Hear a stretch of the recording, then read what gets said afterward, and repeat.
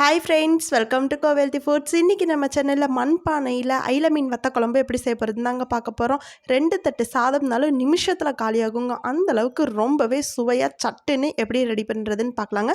வீடியோவை ஸ்கிப் பண்ணாமல் லாஸ்ட் வரைக்கும் பாருங்கள். சேனலை சப்ஸ்கிரைப் பண்ணிக்கோங்க. வாங்க குழம்பு எப்படி செய்கிறதுன்னு பார்க்கலாம். இன்றைக்கி நம்ம மண்பானையில் தான் பார்த்திங்கன்னா மீன் குழம்பு செய்ய போகிறோம். ஒரு கடாயை சூடு பண்ணி வச்சுட்டேங்க. கடாய் சூடானன்னு 2 டேபிள் ஸ்பூன் அளவுக்கு தேங்காய் எண்ணெய் சேர்த்துக்கலாங்க. தேங்காய் நல்லா சூடானன்னு 1/2 டீஸ்பூன் ஜீரகம் சேர்த்துக்கோங்க. 50 கிராம் அளவுக்கு உளிச்ச சின்ன வெங்காயம் சேர்த்துக்கலாம். சின்ன வெங்காயம் அளவு பார்த்திங்கன்னா கப்பில் மெஷர் பண்ணுறீங்கன்னா அதே கப்லேயே வந்து எல்லாமே வந்து மெஷர் பண்ணிக்கோங்க. அப்போ தான் கரெக்டாக வரும் உங்களுக்கு. இது பார்த்திங்கன்னா எங்கள் அம்மாவோட ஸ்பெஷலான வத்த குழம்புங்க. எங்கள் அம்மா இது வச்சாங்கன்னா சாப்பிடாதவங்க கூட 2 தட்டு சாதம்னாலும் அப்படியே உடனே சாப்பிட்டு தீர்த்துருவாங்க. அந்தளவுக்கு ரொம்பவே டேஸ்ட்டாக இருக்கும். இப்போ 50 கிராம் அளவுக்கு சின்ன வெங்காயத்துக்கு 15 கிராம் அளவுக்கு வெள்ளைப்பூண்டு சேர்த்துக்கலாங்க. இப்போ கப்போட மெஷர்மெண்ட்னா 1/4 கப் அளவுக்கு சேர்த்துக்கோங்க. அதுக்கு அதிகமாக சேர்த்துக்க வேண்டாம், கரெக்டாக இருக்கும். நல்லா எண்ணெயில் வதங்க விட்டுறலாம். இப்போ பாருங்கள் எண்ணெயில் நல்லா வதங்கிருச்சு. இப்போ பார்த்திங்கன்னா சின்ன வெங்காயம் நம்ம மெஷர் பண்ணோம்ல அதே கப்பில் 1 கப் அளவுக்கு நல்லா பழுத்த தக்காளியாக சின்ன சின்னதாக கட் பண்ணி வச்சுருக்கேன். அதையும் சேர்த்துக்கலாம். சேர்த்துட்டு நல்லா எண்ணெயில் வதங்க விட்டுறலாங்க. தக்காளி வேகிறதுக்கு பார்த்திங்கன்னா கொஞ்சமாக கல்லுப்பு சேர்த்துக்கலாம். கல்லுப்பு சேர்த்துனிங்கன்னா தக்காளி சீக்கிரம் வெந்துடும். 1/4 கை அளவுக்கு கறிவேப்பிலை சேர்த்துக்கலாம். கறிவேப்பிலை அதிகமாக சேர்த்துக்கூடாதுங்க, குழம்பு கொஞ்சமாக கசப்படிக்கிற மாதிரி இருக்கும். இப்போ வந்து கறிவேப்பிலையும் சேர்த்து நல்லா எண்ணெயில் வதங்க விட்டுறலாம். எங்கள் அம்மாவோட ஸ்பெஷலான வத்த குழம்புங்க இது. எந்த மீன் நீங்கள் வாங்கினீங்கனாலும் மத்தி மீனுக்கெல்லாம் ரொம்பவே சூப்பராக இருக்குங்க இந்த வத்த குழம்பு. கண்டிப்பாக ட்ரை பண்ணி பாருங்கள், ரொம்பவே அட்டகாசமாக இருக்கும். மீன் சாப்பிடாதவங்க கூட நீங்கள் இந்த மாதிரி வத்த குழம்பு வச்சு கொடுத்தீங்கன்னா விரும்பி சாப்பிடுவாங்க. அந்தளவுக்கு ரொம்பவே சுவையாக இருக்கும். இப்போ ஓரளவுக்கு நல்லா வதங்கினதுக்கப்புறமா வெங்காயம் தக்காளி எல்லாம் 1 டீஸ்பூன் வந்து காரத்துக்கு ஏற்ற மிளகாத்தூள் சேர்த்துக்கோங்க. 3 டீஸ்பூன் போல் மல்லித்தூள், 1/4 டீஸ்பூன் போல் மஞ்சத்தூள் சேர்த்து நல்லா அதையும் சேர்த்து வதங்க விட போகிறோம். இந்த தக்காளியெல்லாம் நல்லா வதங்கி வரணுங்க. மண்பானையிலன்ற போது நம்மளுக்கு வந்து அது கலர் சேஞ்ச் ஆகலை. அந்த கோல்டன் ப்ரௌன் கலர் வந்து நம்மளுக்கு வெங்காயத்துக்கு வரல. இது நீங்கள் வந்து பேனில் அந்த மாதிரிலாம் பண்ணிங்கன்னா கண்டிப்பாக கலர் சேஞ்ச் ஆகி வரும்.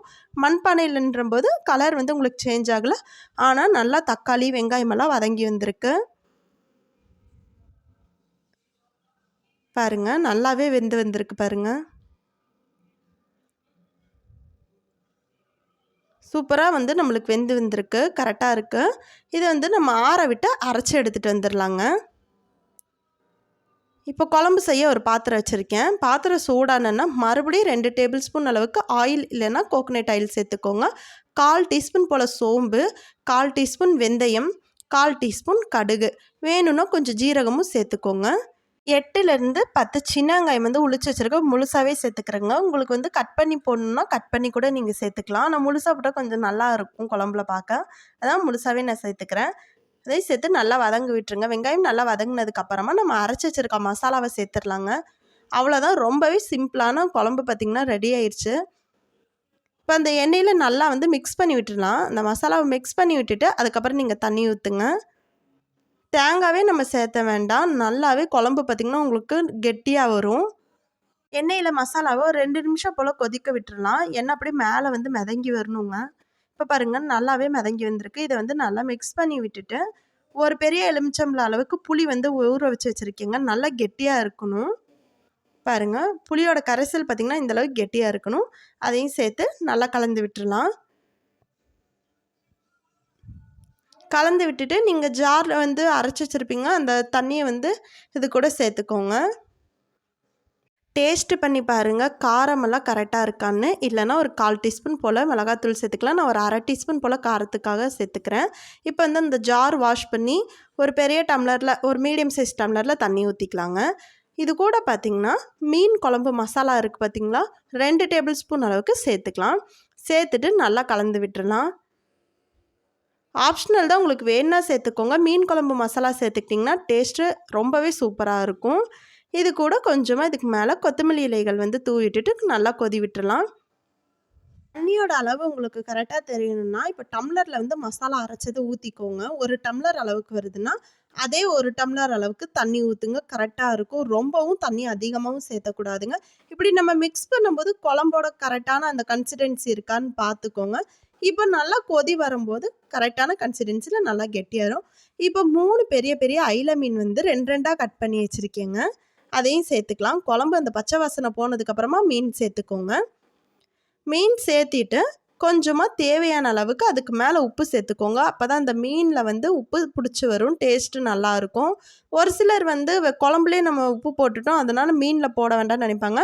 ஆனால் மீன் சேர்த்துட்டு அதுக்கு மேலே கொஞ்சம் உப்பு சேர்த்தா தான் டேஸ்ட்டு ரொம்பவே அட்டகாசமாக இருக்கும். இதுக்கு மேலே லைட்டாக கொத்தமல்லி இலைகள் வந்து தூவிட்டுலாம். இப்போ பார்த்திங்கன்னா ஒரே ஒரு செகண்ட் இல்லைன்னா 2 செகண்ட் அளவுக்கு நம்ம ஸ்டவ் ஆனில் வச்சுட்டு ஆஃப் பண்ணிட போகிறோம். ஏன்னா மண்பானையோட சூட்லேயே பார்த்திங்கன்னா மீன் வெந்து வந்துடும். இப்போ பாருங்கள், நான் அவ்வளோதான் ஸ்டவ் ஆஃப் பண்ணிவிட்டேன். மீன் போட்ட உடனே ஆஃப் பண்ணிவிட்டேன். ஆனால் மீன் வெந்துருச்சு. இப்போ அதே சூட்டில் இருந்துச்சுன்னா நல்லாவே மீன் வந்து வெந்து வந்துடுங்க. அவ்வளோதான், ரொம்பவே அட்டகாசமான மீன் குழம்பு பார்த்திங்கன்னா ரெடி ஆயிடுச்சு. மண்பானை ஆஃப் பண்ணிங்கனாலும் ஸ்டவ்வில் இருந்து அது கொதி வந்துகிட்டே தான் இருக்கும். இப்போ பார்த்திங்கன்னா சூப்பரான அசத்தலான அயில மீன் வத்த குழம்பு ரெடி ஆயிடுச்சுங்க. இதில் வந்து நீங்கள் மத்தி மீன் குழம்பு இதே மாதிரி செய்யலாம். இல்லை துண்டு மீன் வாங்கினீங்கனாலும் இது போலவே செய்யலாம். அட்டகாசமாக இருக்கும் டேஸ்ட்டு. ரெசிபியை செஞ்சு பாருங்கள். செஞ்சு பார்த்துட்டு உங்களுக்கும் எப்படி வந்துச்சுன்னு கமெண்ட் பாக்ஸில் கமெண்ட் பண்ணுங்கள். ஏதாவது டவுட் இருந்தால் கமெண்ட் பாக்ஸில் கமெண்ட் பண்ணி கேளுங்க. வீடியோ யூஸ்ஃபுல்லாக இருந்துச்சுன்னா உங்கள் ஃப்ரெண்ட்ஸ்க்கும் ஷேர் பண்ணுங்கள். சேனலை சப்ஸ்கிரைப் பண்ணிக்கோங்க. லைக் பண்ணுங்கள், ஷேர் பண்ணுங்கள்.